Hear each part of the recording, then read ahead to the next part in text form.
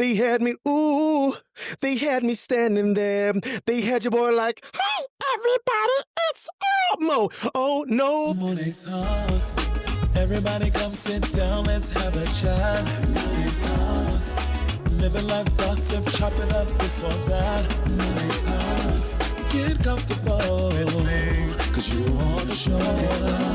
We just wanna know where you been, who you been with. Monét Talks. Y'all, can y'all believe that the stars have aligned and we are graced with the presence of a comedic, musical, a genius of all sorts, many hats. We have Wayne Brady on the couch. Wayne! I'm so happy to be here. I'm so happy. Okay, I am so fucking excited that you're here. You have been someone who has been on my artistic mood vision board forever because you just are such a super multi-hyphenate. You do everything so well. How are you doing today? I am great. I'm blessed. I love you so much that I drove an hour and 20 minutes. Oh, and my if God. anybody that doesn't live in LA, well, an hour and 20 minutes is a long ass time. But I drove an hour and 20 minutes because of traffic. I live in Malibu and all the bullshit that's happening in Malibu. Yeah. But I made sure to get here because I am a talent first person. And when I see somebody with talent, I go, oh, I want to know them. Yeah. And I want to find out about them. And the first time I saw you on Drag Race, I was like, okay, that's that bitch right there. That's the one. And then that was even before you opened your mouth.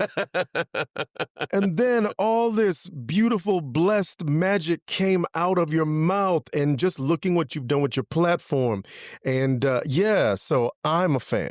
Thank you so much. That is very kind of, y'all, driving an hour, 20 minutes in LA to come to, that is unheard of. And I appreciate it. That is very, very, very kind of you. If you're not going to hang out with the people that you respect, who are you going to hang out with? Exactly. You know? Well, that's why I've always been curious about you and your artistry, because obviously, so I'm just assuming that you come from a line of musicians. Like, did you grow up doing you didn't grow up doing music?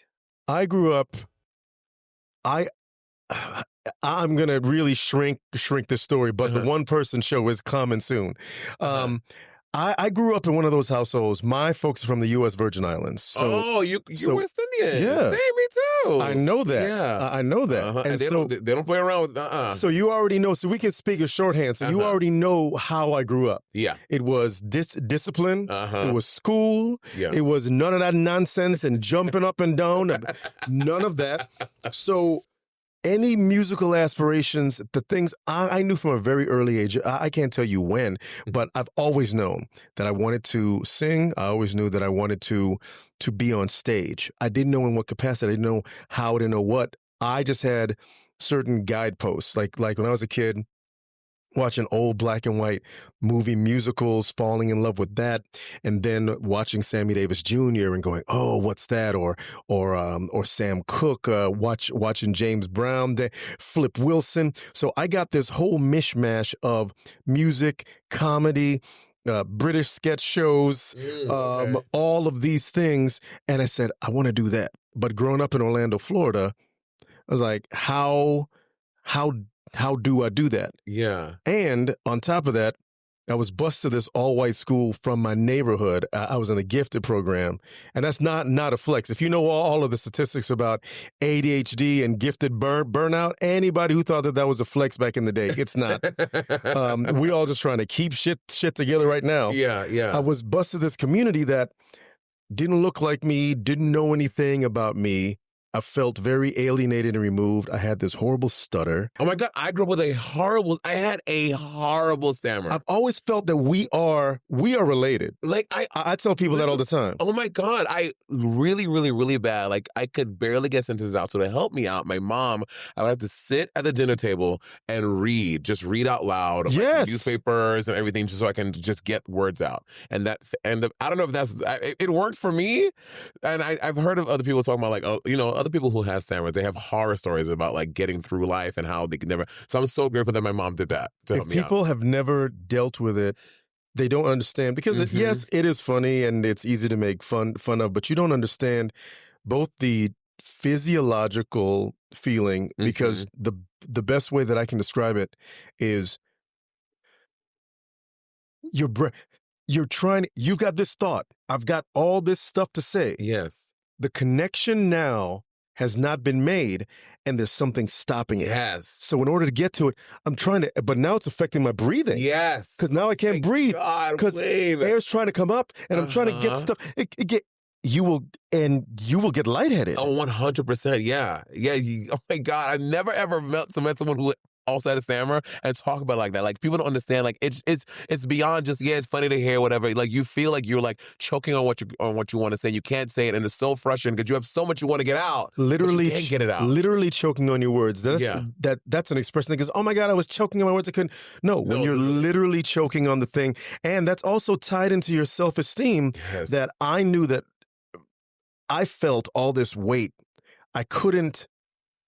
That stutter happened. I couldn't get things out because I wasn't worthy of having my voice heard. Because back home, my grandmother and grandfather that raised me, God bless my grandmother, that is the most important woman in my life. Mm-hmm. I think about her every day. But because of the type of rearing that I feel that you have, especially of that generation of parent, very strict. Don't speak. But don't talk back. You talk back. The worst disrespect you could do to a West Indian parent is to question or talk back. Yeah. So many days right here, just clenched. Yeah. So that, because I had to remind myself not to speak. So my jaw hurt. I stuttered. I couldn't get anything out because why should I be able to speak? Yeah. I wasn't worthy of being able to speak. So the only time that I would sing or do something is in my room, is in my little room. I had a little tape recorder, and I would mimic the things that I would hear on TV. And I don't know if you did this yourself, but instead of reading at the dinner table, my therapy for that was I learned to pitch conversation way before anybody ever taught me that was a thing. I was like, why is it that if I'm back here humming and singing that I can just sing, but if I'm talking to somebody, even now if I get excited, I can't. So I said, oh, hey, how are you doing? It's great to talk to y'all.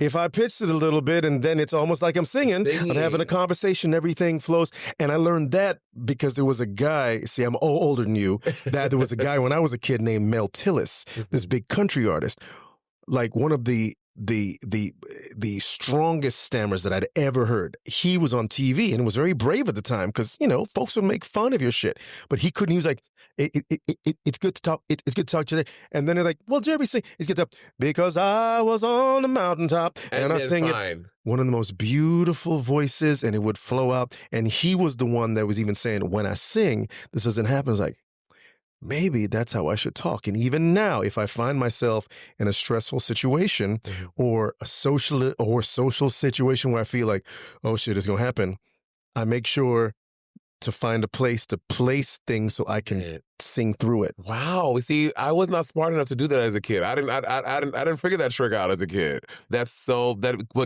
I was involved in music. Yours worked. But when I sang, like, I didn't have any problem. Oh my God, but I didn't think to pitch to sing before the reading at the table for hours and hours and hours. We all survived in our own way. Yeah, we sure we did. all survived in our own way. Oh my God, and also, it was just a little snippet, but not you being ready to sing at this time in the morning. Are you one of those people that your voice is just always warmed up, ready to go? Oh, hell no. Okay, well, when I was younger, yeah. But as soon as I leave here, I'm gonna go do a session. I'm a voice on this kids cartoon that I love called Sophia the First. It's a Disney cartoon. Oh, cute. And I've done that for years, and they've brought it back, and my character has this song that he has to do. So even as I was here in the car, I'm like, you better warm up and you better start now. So I'd be so jealous of these singers when I see singers who are out here just drinking all hours in the morning, smoking and stuff, I get so jealous because my voice is so sensitive. I wish I was one of these people that can just be out here. It won't last, though. I mean, but some people do. Shaka Khan was, and her voice is still. Some people can argue. Some people can argue, and I am I worship at the shrine of Shaka Khan. Yeah, I love Shaka Khan. Yeah. But some people would argue, yes, you can still maintain your gift into. And I don't even know how old Shaka is now, but wear and tear does have its place. I completely noticed wear and tear from bad habits when I was younger. Same. Going, oh, it's 3 o'clock in the morning, it's 5 in the morning, and I got to sing at 9. I'm fine. Hell no, not now. Hell no. Right. Hello, everybody. James Earl Jones at no. Okay. This is being smart. You just got to be smart with your instrument. Yeah. I mean, so one of my, obviously, so I grew up watching you on Whose Line Is It Anyway? That's how so it was you, Drew Carey, and that tall, lanky white man. I was Ryan, yes. And then so because I used to live in St. Lucia. I lived in St. Lucia as a kid. And we used to get just, wow. Yeah, we got whatever channels, like they filtered through whatever illegal bootleg system that came in. And Whose Line Is It Anyway would be on the TV all the time. How I'm always curious how you got into the improv world, because I was having this heated debate with my boyfriend about like, because he thinks that you can't make a career out of improv. I'm like, are you kidding me? There are people who have, like, it is a thing. And he's like, well, now I know what you can with stand up. And I was like, well, I guess just the way you can buy a ticket and go see a stand up show. He's wrong, right? Well, he's wrong and he's right. So what's your boyfriend's name? Because I met him at the event. Andy. You guys are a beautiful couple. Thank you. Beautiful couple. Thank you. Don't fuck it up, Andy. He's right and he's wrong. Years ago, you couldn't really. I would like to, as the OG of it, I'd like to claim responsibility for the 100%. Fact that on Whose Line, no one had ever seen improvisational comedy put to the forefront like that. It's like, oh, this is a legitimate skill set. And it's not like the bad improv where, like, in a sketch show or on TV, they make fun of, oh no, they're going to see Jimmy's improv group and it's 4 guys in matching T-shirts going, hey, give me a suggestion, zip, zap, zop. we do things at a different level there. Yeah. So I think before Whose Line, that really wasn't a thing. Post Whose Line, I started touring as a stand-up, really doing improv. As soon as Whose Line hit big, I was like, oh, I'm signed with a big agency. I'm touring. I've toured this entire world doing my improv show. Yeah. So you absolutely, Ben Schwartz has a successful improv tour. Mm-hmm. You absolutely can. I think the margin is harder because you have to be exceptional at it, because unlike stand-up, there are lots of mediocre stand-ups who you can go to Jimmy's Chuckle Hut and just sit for $5 to watch a bunch of people talk shit. Maybe one of them is good and that's cool, but it's a different art. Like there's a different bar. Yeah. But a lot of successful people have that as their background. The Tina Feys, the Rachel Dratches, that whole.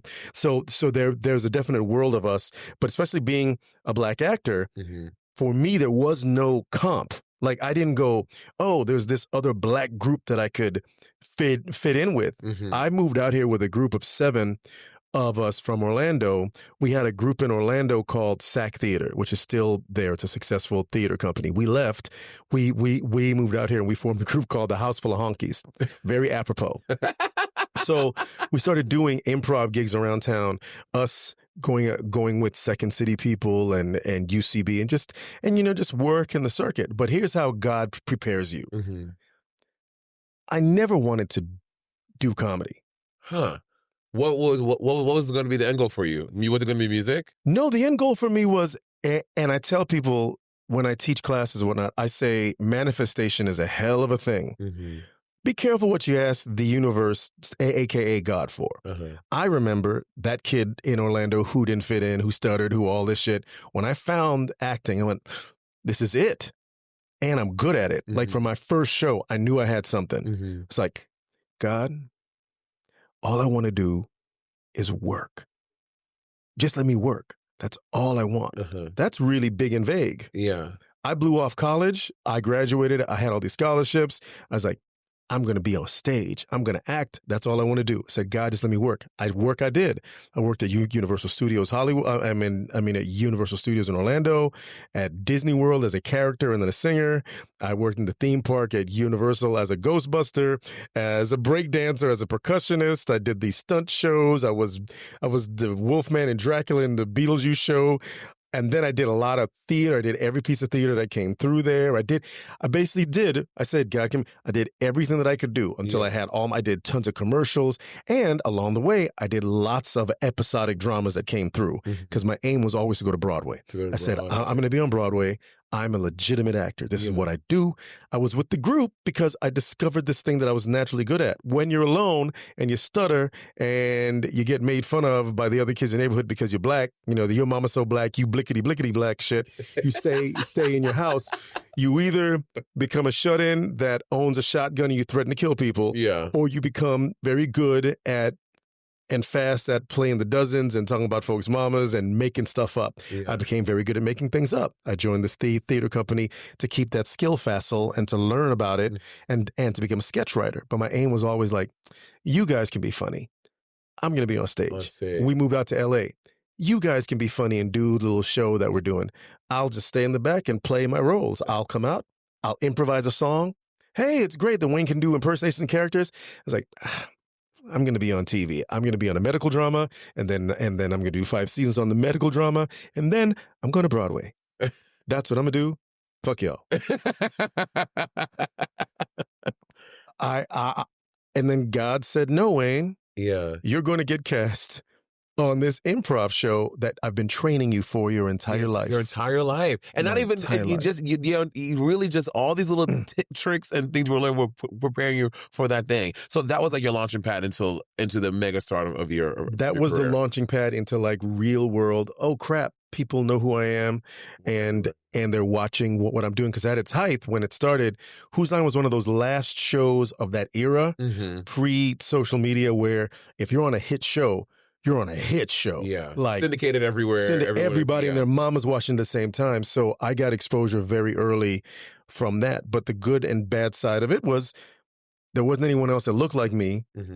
So I didn't know how to handle. Now I'm touring. And now I'm getting these offers to do these other things. But now the black community is like, well, who's this dude? And some of us are like, good for him. Because if he's winning, then I'm winning. And then some of us are like, what is this? He just came out of nowhere. This nigga performed for all these white people. He's performing for us. And laughing and having a good time. Look at him. Look at him with these white folks on ABC for this Disney show. Corny nigga. Nope, because I didn't see him on Def Jam. I didn't see him on this. I didn't see him. Nope. So I felt like I was back in elementary school again, really fighting this shit. But now the elementary school was Hollywood. And so I just had to learn to stay the course. And at the end, also, I've always had self-belief. I'll say this, I'm a bad boy. I'm so good at the shit that I do. You can't touch me. You can't touch me at what I do. I'm not saying that I can do anybody else, but what I do, you can't touch me. It took me a long time to even be able to own that and go, oh, it's cool, Wayne. Do what you do instead of trying to do all this other stuff. Because this town is a weird-ass town, which is why I get it off of me. Because I feel like I've been blah, blah, blah, blah, blah. Thank you, RuPaul Charles, for creating this thing where at first someone's like, oh, it's a drag show, is it, blah, blah, blah, blah. I'm so blessed to have been a judge on it twice and to watch it rise. I don't know if this was by design or by happenstance or both, creating this space where people that, like yourself, that are actors, singers, dancers, designers, costumers, mimics. In fact, I'd argue that the exceptional RuPaul queen is a better actor all around Swiss Army knife than the average actor walking around. You all deserve to be on Broadway. Friggin' Jinx. Oh my God. All these babies, come on. So good. You all are beasts. And so when I look at you, I'm like, oh my God, that space that was created to cultivate and these beautiful black, to be gay black queen that dresses up, the balls you have on you to exist in this world. You, Bob, friggin' Bob, I bow down to y'all.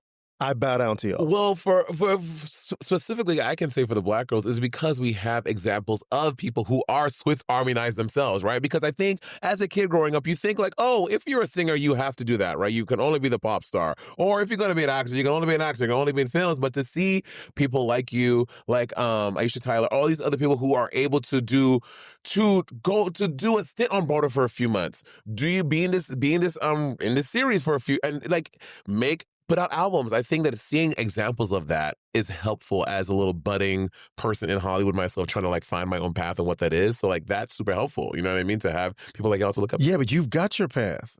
That's what make it. Well, from the outside, because I don't deign to know what you. Yeah. To me, it looks like when you released that record, I was like, okay. And then once you started doing the podcast, because I watch the people that I said, okay, you are definitely claiming your path as a multi-hyphenate. And once again, if you've got your lane, nobody can beat you in your lane. To your point, because only I can be me, right? And what I do is really good. Like my own little slice of the thing. I'm not saying I can do the thing over there or that thing, but I know what I do. I do what I do really well. So that's what I need to. And hearing you say that is affirming that for me more. Like just stay true to your path and what I do, because what I do is fucking dope. It's really, really good, and just keep on doing that thing very well. Yes. I mean, and Broadway's a thing, which, again, I have to tell you, so in, what was it, 2000, you did Kinky Boots in 2015? I don't remember because I did it a few times. Right. So that was one of the first times. Yeah. Well, I saw you, when I went to go see you do Kinky Boots, because Kinky Boots was, I mean, I'm not a huge theater person, even though I'm from New York. It took me a while to get into theater. My first Broadway show I ever saw was Rent. They took us to see Rent in 10th grade. Wow. I know, when it was the revival, they brought it back. And then so that was like, okay. That's the starter kit. Yes, it really is. They're great starter. So when I went to go see you in Kinky Boots, I was so blown away by your fucking, because to see you in drags on Broadway was so wild. I saw you do it. I saw Jay do it. I saw Billy did it. And I saw Taja. I saw all four of y'all do it. Wow. Yeah, and it's such a remarkable role. Like when they approached you to do it, did you have hesitation about doing Kinky Boots, or were you like full in? You're like, oh, I'm doing this role. There's no thought about it. Nobody was going to stop me. So here is the fast version of this. I was meant to do Kinky Boots when I first saw it as a movie. Because I don't know if you know there was a movie. Yeah. Mm-hmm. Okay, when I first saw that movie. With what's his name? Chidwell. Or forget his name, but yes, Chiwetel Ejiofor, who randomly I ambushed at a parking lot in Sherman Oaks, because when I tell you that I'm a fan of talent, so I happened to see him, I drove my car around, stopped, cut his car off, jumped out my car. No, you did not. I love you so. Now, thank God. Now, thank God. He was like, oh, it's you. All right. Oh, I know you. Okay. Thank you. Brilliant. All right. Oh my God. So I stopped him. It's hilarious. So when I saw Kinky Boots, I said to myself, I'm going to do that. I called my agent immediately. I said, this thing is going to be a musical at some point. You have to believe me. Let's try to get the right something. Wow, you knew. I knew. So 2 years later, Jerry Mitchell, it was a musical, and I got an email, the email that I've been waiting for. Wayne Brady, we would love to invite you to do the workshop of Kinky Boots. Wow. This is my Tony. Yes. Until a week later. Oh, God. Wayne, we regret. Yeah, we're going to go a different way. I didn't know who the different way was, but the different way they went was Billy Porter. Yeah. So if you're going to go Billy, good. Good. You know what? Yeah. Billy Porter, yes. Now, fast forward. Of course, green with envy, angry, but then also going to go see it because, oh my God. Yeah. Loved it, crying, happy. I met Billy for the first time. We hugged, we talked. Then I saw it at the beginning, but before the Tonys, and then I saw it when he was nearing the end of his run. I went to go see him, and we were sitting backstage. I'll never forget Billy Porter for saying this. So thank you, Billy, if you ever see this. We're talking. This is when I was not at a very good place in my life. I was feeling very trapped. I felt trapped by. This is going to sound so first world, so I don't want to see this taken out of context by somebody that posted on Shade Room or some shit. I was trapped by the success of certain things. And this is just a human nature, right? You like what you like. If you like a certain type of ice cream, I love that ice cream. If I'm the dude that makes that ice cream, every time you see me, man, I like that ice cream, but I've got 48 other flavors. Yeah. Fuck your 48 flavors. I like this. Mm-hmm. Make the flavor now. I'm not going to make the flavor now because I have the other ice cream. So I felt trapped by Let's Make a Deal was just this thing. I was like, I'm doing this game show and people just see me as this thing now. And people talk about Who's Line all the time. I've got all these other things that I do, blah, blah, blah. I'm trapped. I can't do these other projects. I just lost my voice because of Let's Make a Deal, this other thing that happened. I felt I was really dark. I was in a very dark, dark place. So I needed to go see Kinky Boots to give me some light. I'm sitting backstage talking to Billy, and he's like, you know, they're looking for somebody, and I think that you should do it. And do I say, yes, I'm the person that should do it? I Eeyored him. He's like, no, man. I mean, I would love to. The role is amazing. But I can't do this. Nobody's going to accept me doing it. I'm just the game show guy. Now I made myself the game show guy. I used to be the Who's Line guy. Then I was on sitcoms, and I can't even have the dreams that I want because blah, blah, blah, blah, blah. Pity, pity me. Yeah, yeah, yeah. He's like, Wayne Brady, shut up. Wayne Brady, shut up. Wayne Brady, shut up. I'm trying to take off all this shit. You need to be, I'm telling you, you need to do. Billy just basically gave me this beautiful pep talk. I was in tears. Wow. I said, you know what? Let me see. I had my agent call, and it was the fastest call ever. He's like, hey, would you be? Yes. We want him to do. So fast forward, they asked me to come out, and they didn't have me audition, but they had me lightly say, they're like, hey, this isn't an audition, but what if you came into a room with a piano and met the creatives and sang these songs? Some songs on the show. It's not on the show. It's not on them. We want you so much. Yeah. We want you. I was like, yes, I'll fly myself out. Of course I did. So then we do it. And then, the rest is history. I got to do Lola because I immediately knew who Lola was. Even when I saw the movie, me, the son of this military officer, big guy, superhuman black G.I. Joe dude, could never live up to that thing. I was Simon/Lola. I knew Lola inside and out. And my perspective on Lola was different at the time, especially because Billy's talked about this. His Lola, he wanted to shout from the mountaintops about being gay and coming out because he was silenced his whole career, his whole life. Yeah. I had a different perspective, and because I didn't identify as gay, I had a different perspective in terms of I knew that I'd always questioned my sexuality and where I was coming from, but I knew I wasn't gay. So I think in the way that, because Lola's not even about your sexuality, because drag doesn't need to be linked intrinsically to that, but it was also about I wanted to find the things that Lola could play. Like for me, and now as having come out as pan, I knew that my Lola, that on stage, like during numbers like, I just forgot the name of it, What Women Want, when I'm in those riding boots. Oh my God. The sex is in the heel. And the sex in the heel. Yeah. I'm flirting with everybody. Yeah. I'm for all of you can get it. Yes. All of you can get all of this, and I can get all of you. And I was like, I get that. I understand that. Yeah. And that opens up this dramatic thing of different relationships on stage, and he feels so big. And I would say to press all the time, I never felt like more of a man when I was in 6-inch heels and in that dress. And I felt tall. Now I know how you feel. It's so powerful. You feel like you can take over the fucking world. Well, because you're like 9 feet tall in heels. I am tall in heels. I'm like, I love that feeling, and to be able to sing and dance in that. And I was like, oh my God, I've never felt better. And during Kinky Boots was when I began the conversation with myself. I was like, brother, you've been faking the funk because wow. So that like illuminated a lot of stuff for you. You just can't be an ally, Wayne. Stop being on the team and handing everybody water and go, yeah, I'm here for you. Yeah. And let's get in and play. And if you're going to do that, you got to be real. Yeah. And Kinky Boots was definitely the start of that. I started to have these conversations with myself. Yeah. And it's, God, the show and the music and I hope you saw me at a good point in the run, because if you saw me early in the run, I was so bad on my heels and my walk and my general gait that when my put-in show, that if you don't know the world of Broadway and theater, you rehearse and then you have tech and then you have a put-in where it's no audience, and then your put-in and the show after that is your first show. My family came to see me. I knew that I was doing so poorly with everything.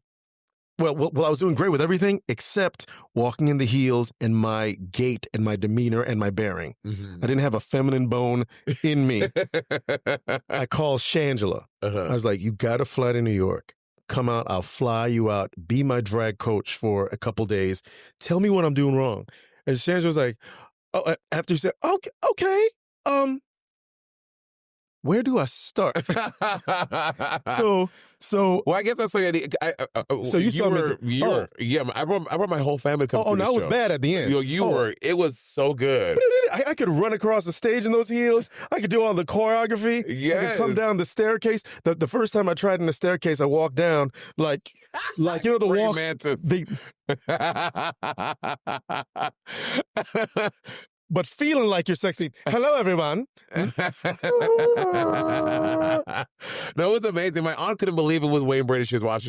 She's like, Kev, that's Wayne. I was like, yeah, that's Wayne Brady on stage. That's crazy. I could not believe it. It was such a transformation to see you just open yourself up to that. And then I love that you said this about like it illuminating, because I think that's what happens a lot on Drag Race. Every time we have those makeover episodes, and oftentimes they're like straight dudes or whatever, and they come in, and the way that the ones who really allow themselves to the drag transformation of it all, the way that you just see it click for them, and they, and you know, some of them, you know, they may have some past things with their kids or whatever. The way that being in drag for the first time teaches them about love, acceptance, and humanity, it is such a brilliant thing that I think like a lot of dudes are afraid to let themselves experience because they're afraid of the release and how it can really color their world. I love that. I love that you expressed it that way. That's beautiful. Drag is such an amazing art.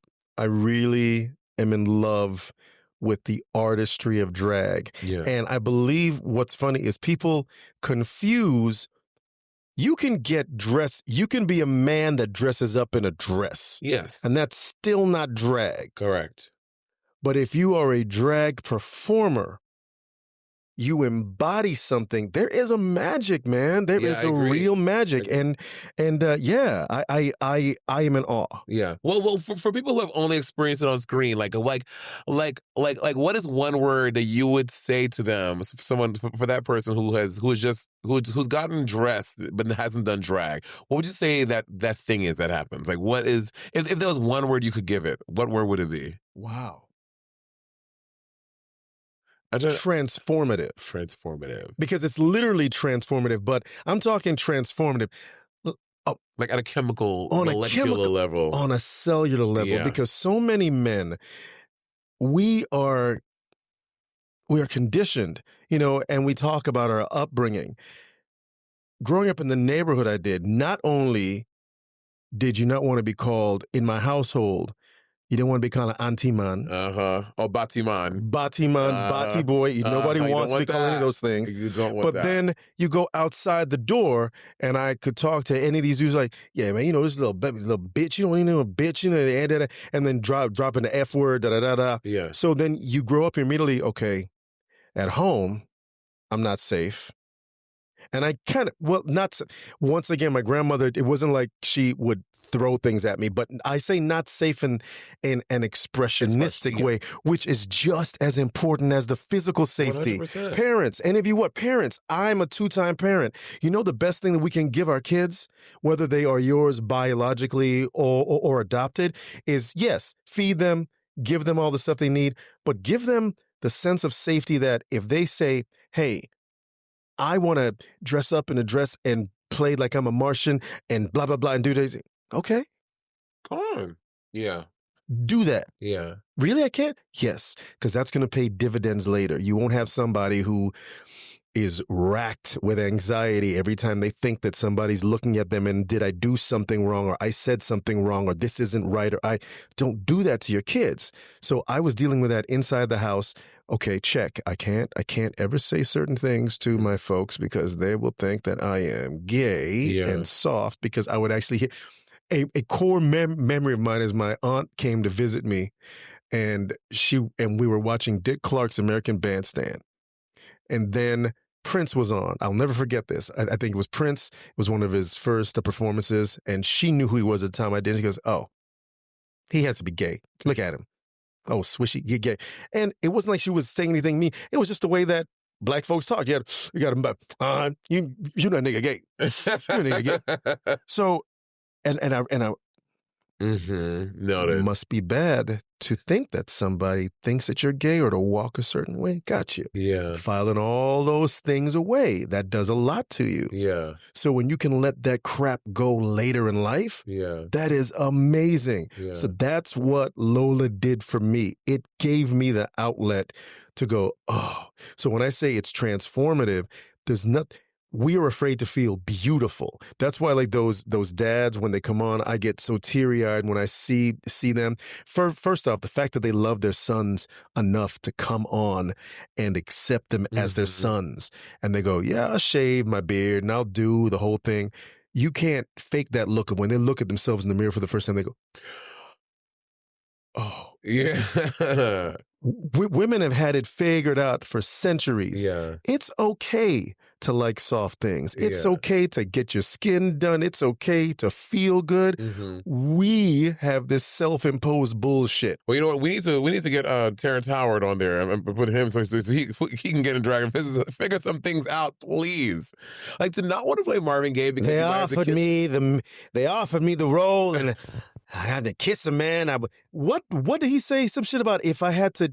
He would slap his. I think he said cut his lips off or something like that. Because if you would cut your lips off, when I hear stuff like that, and I'm not trying to pick a fight with Terrence Howard, but this is where belief crosses into some Hollywood bullshit. Yeah. I believe you're wrong. With my beliefs and the people that I love in my circle, you saying that, even if he feels like I'm not homophobic, you just said you would cut your lips off if you kissed another man. Let's move that argument over. If I were an actor and I had to kiss a black dude a black woman on screen, I would We need to watch shit like that.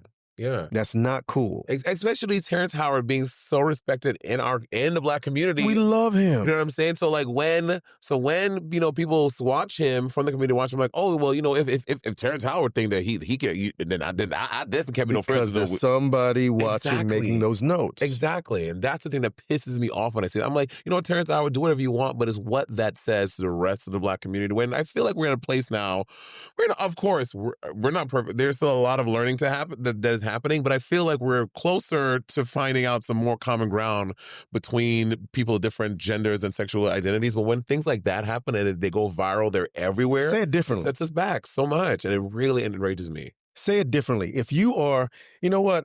I turned it down because I just was uncomfortable. I didn't want to explore that part of that story. Yeah. That's just not me. But I don't condemn gay people. I don't. That's just not me. Versus the language. Yeah. That we have to be so inciting careful. violence on yourself. I'm gonna cut my lips off. Like that's. We aren't careful with the things we say, right? Yeah. That song, the things we say. I would cut my own lips off. Yeah. Wow, that's so deep. Yeah. But I still love Terrence, and I hope that maybe at some point he has someone in his life that he has an epiphany because he finds out that you don't need to cut your lips off. In fact, I would challenge, we're actors, you know what? Act. Yeah. Act. It's literally acting. That's all it is. Act. Well, you're going back to Broadway. You're doing Harold Ziegler in Moulin Rouge. Moulin Rouge. I saw it recently, and I have to say, I don't always love a jukebox musical. I went to go see it with JoJo. She played Satine. Ooh, I bet she was so dope.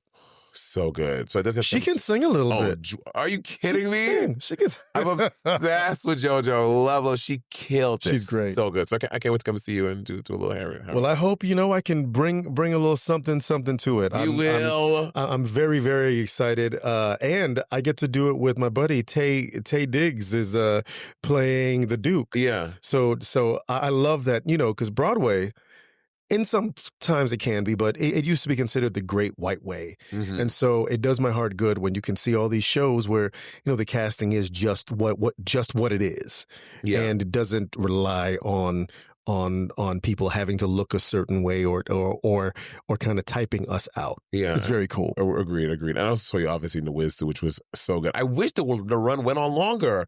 Because I went to go see it once. I was like, oh, I'm gonna come back when I come back to New York in a few months with my family. And I'm like, why did it? I was so upset that was a limited engagement, boy. I know. We toured for a while. Yeah, we're on the road for a while. And now it's back on the road now. Oh, it's touring again? Oh, it's touring again. I didn't realize that. They aren't coming back to the Pantages, I think, but I think they're coming as close as like Vegas and maybe like Costa Mesa and whatnot. My buddy Alan Mingo Jr. was playing The Wiz, and that cast, I just got a chance to listen to them. They are amazing. Well, do you know what I think? I think that The Wiz, now, after your buddy has his run, I think that The Wiz could be a drag queen, right?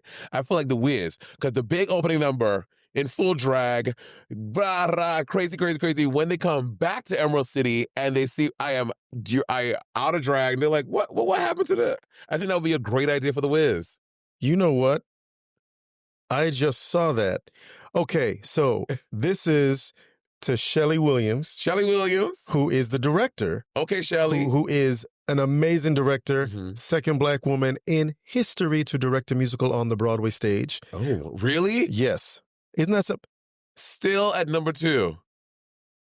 Still at number 2. That's why it was important to be a part of that moment when we did The Wiz last year, to have her and Amber Ruffin to write that book. It was like, okay, I feel I had to give that little black kid from Tangelo Park in Orlando a high five. I said, dude, you wait. In just a couple of decades, you about to be in something that is blickety, black, and it's going to be amazing.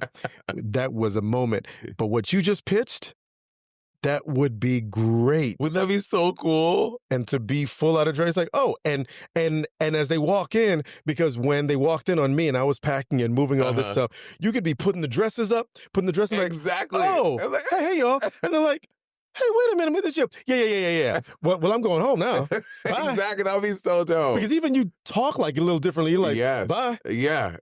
I'm out, y'all. But you were like, I love that idea. Yeah. Shelley.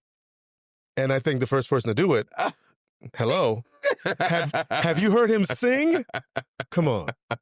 Also, but to your point, of being about being in a show that's so blackety black, because like some of like the classics, like I mean, when I was in high school, not high school, college, and realizing when I found out that Dreamgirls was written by Jewish guys, I was like, one of the blackest musicals out there is written by Jewish folk. I was like, they better work. I thought it was the black folk who wrote Dreamgirls, but you know, I was sadly mistaken. Every blue moon,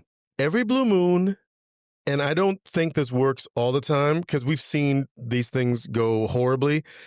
I do believe that you have somebody who has a sensitivity to someone else's culture and they see it. Yeah. And they almost have a better perspective for a story, because really Dreamgirls is blackety black, but if you take away the black component of it, which is all of the dialogue and everything that we do, it's a story of a singing group breaking apart. It's a story of this one woman who doesn't feel loved. It's a story of a manipulator, which are archetypes. Yeah. So I think that the real magical feat that he did was sprinkle on the sauce that made it black, which you cannot tell me that he did not have black folks that he talked to during the run. Come on now. Yeah. He's like, I wrote it all myself. There ain't no way. There ain't no way. No. No. He's been to MLK Boulevard once or twice. He's had his hair cut. He had a fade. And we had to talk about the Wayne Brady Family remix, because I think that you are showing a dynamic that people are like, well, okay, so it's you have your core four, which is yourself, your ex-wife, her partner, and your daughter. Yes. Right? And I think that to show this family dynamic, Wayne, it's so we have the Kardashians and all these people, but to see it from a black family perspective is so interesting to see you challenge what a nuclear family looks like and functions like. Y'all are all so tight and y'all all make it work, and it's so beautiful to see that portrayed on television in a way that we haven't seen in a long time for black. Because it's different, you know? And I don't claim that we are the only family like that. No, not at all. In fact, if anything, I'm glad we have a visibility that we can go, there are other families like this. Yeah. I think that now is the time to challenge all perceptions Yeah. or misperceptions rather of a nuclear family has to look like this. Mom, dad, 2.5 kids, the dogs, you know what? No, your family is whoever your family is. Yeah. Whoever has your back. If people didn't feel goaded and corralled into this is the way that the American life has to be, we wouldn't have so many divorces. Yeah. People wouldn't stay together in these marriages and these loveless marriages because they feel that you need to be with the person that looks like that. Make your family whoever you want it to be. My family is my ex-wife. Yeah. We are not a couple. In fact, last night we were talking about how we are the uncouple. And our daughter was making fun of us because we had a fight. And she's like, you two are just, nobody affects the other person like the other person does. I was like, because I love her so much, she pisses me off. And the same thing. She is my soulmate. Yeah. We just never need to be together in that physical place or love each other because there are times when I'm like, thank God I live by myself. I never, ever have to hear you talk. Click. I can hang up on you. I can close my door. Bye. That's the best part. But that woman has my back. She's my ride or die. And she picked a great guy to be with that I think of as my brother, and more importantly, somebody who loves my daughter. Yeah. I've never gotten a phone call. We used to get all these comments online when we first started doing our TikToks. People saying, Wayne, you little bitch, because you've got some man mooching off you, and you're beta, and you're the blah blah blah blah blah, all this stuff. I said, well, my counter to you is, I've never had my ex-wife calling me crying at 3:00 in the morning. He's beaten me, or he's done something to my daughter. Come over quick. I've never had those calls. Yeah. So for all those dudes that were calling me a bitch or saying I'm soft or this whatnot, you all need to take care of your 15 kids by 4 different women and all the other shit that you worked out. I've got a situation where I found out the people that love me. Yeah. Yeah. It's great. And it's beautiful. It's great. Y'all look so beautiful at the GLAAD Awards. Oh, thank you. Your daughter is stunning. Is she going to be a model? Is she a singer? Does she have any of the... She is a singer. Of the Wayne Brady genes? She is a singer. She's a dancer. In fact, I want to plug her music. Yes. I want to plug her music. She has a single online right now on Spotify, iTunes, wherever you get your music. It's with a gentleman named Trevor Jackson. Trevor Jackson? I love Trevor Jackson. I love Trevor Beautiful Jackson. voice. Just got cast on Grey's Anatomy. Really? Well, Grey's Anatomy is still going on? It is still Trevor Jackson. going on. I love Trevor Jackson. And he did my old show Exchange Ray back in the day. He was great. Let me see if I can. He did our Valentine's Day episode. Me and Trevor Jackson. He's a big R&B vibes. And you could see she's beautiful. Gorgeous. So that's Miley Brady. Well, actually, it's Miley Brady. And you can go and download her music. She has a bunch of music. She's Maile. Maile. Brady. Yeah, Brady. And she is amazing. I'm one of her biggest fans. I say one of because her mom will fight me for that.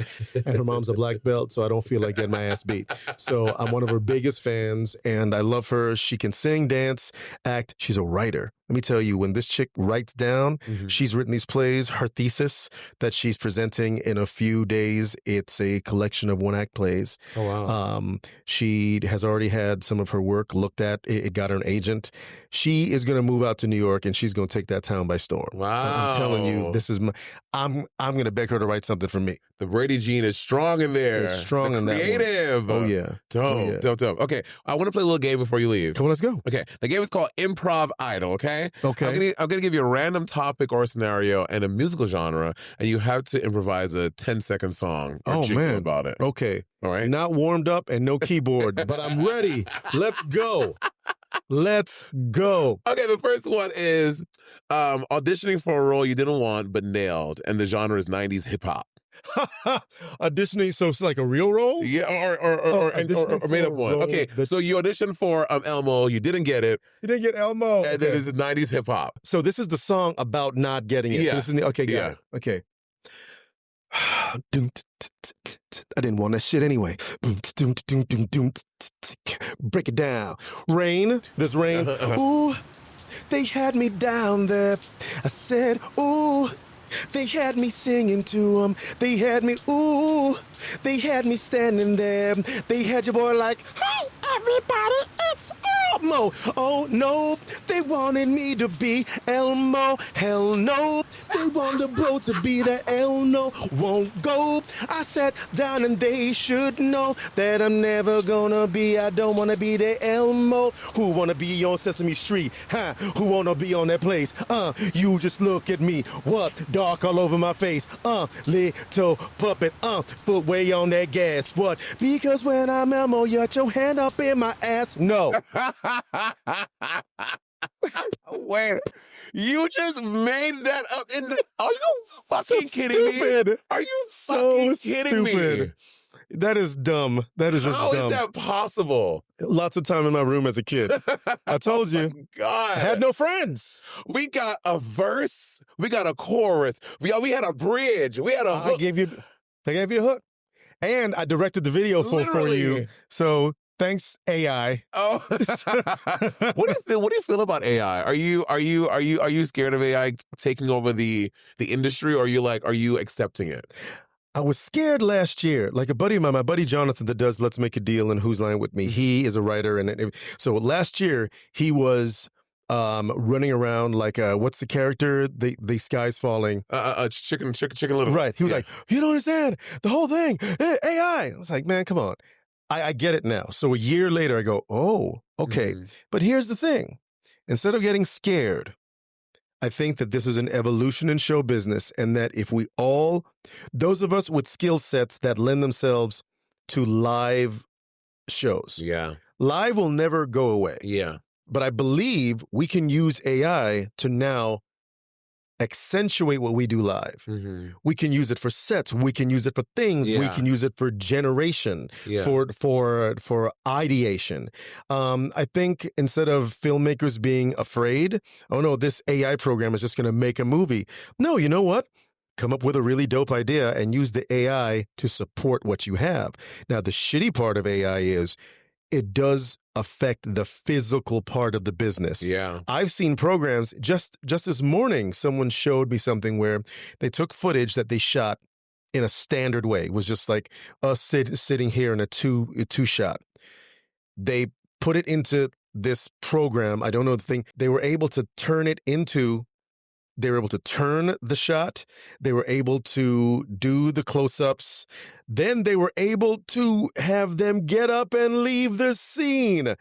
They never left the scene in the first place. That's wild. That's wild. So it does suck because there's a whole part of our business that we have to pivot. But what are you going to do? Yeah. If it's out there, Pandora's box is open. Yeah. Legs open. It's flying out. So what do you do? Yeah. We try to survive. Yeah. Same thing for songwriters, because I know that you're right.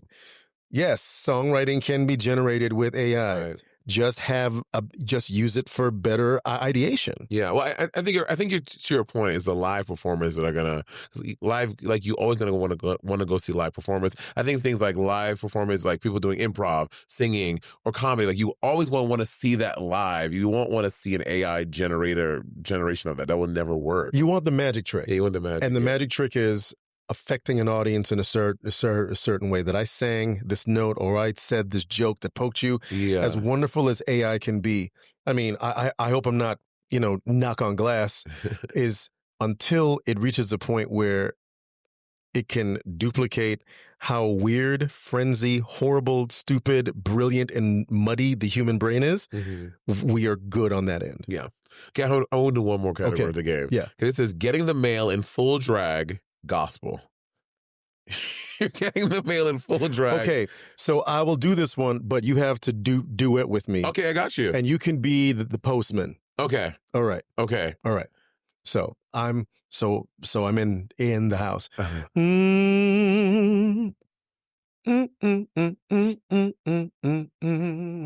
I'm knocking at your front door. I hear you at the front door. I got some mail for you. Tip, tip, tap, tap, tip, tip, tap. I'm coming down the stairs. Tip, tip, the tap, tap, tip, tip, tap, coming down the stairs. Bolt locks, click, click. I live in a rough neighborhood. Open up the door for you. What you got on me? Look at what I got on. What you got on? I got on a dress. And I can dress a sparkling night. Not just any old dress. What dress? I made this mess. What dress? I made it. I hemmed hem. You what? You wore the heel. I did the thing, And clicking on the earring. This is how I feel. This is how you look. I got this wig. You're looking good. Look at this makeup. You're looking good. Beat for the gods. Yeah. Like a sister should. Yeah. You look good. Thank you, Bill. Look at them cheeks. Got lips for days. Oh, yes, I do. Got ass for weeks. I do. And now we're going on tour. Yay.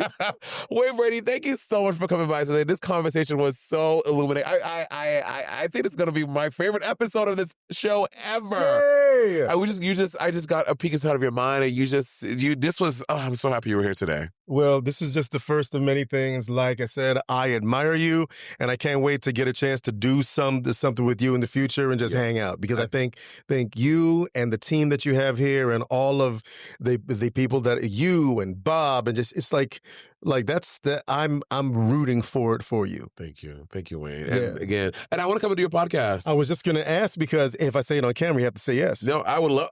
The concept is so dope. So to let the folks at home know, I've got a podcast called What If? It's myself and Jonathan Mangum, and it's an improvisational podcast, but my log line is improvisation is a conversation. We just improvise. So we basically bring on somebody who I feel is at the top of their field, whether they are an actor, a comedian, they could be a scientist, whomever, and we talk. Let's just talk and have a talk, but within pieces of that conversation, we kind of do the what if thing. Well, what if you didn't do drag? Or what if you would have had something different to eat this morning?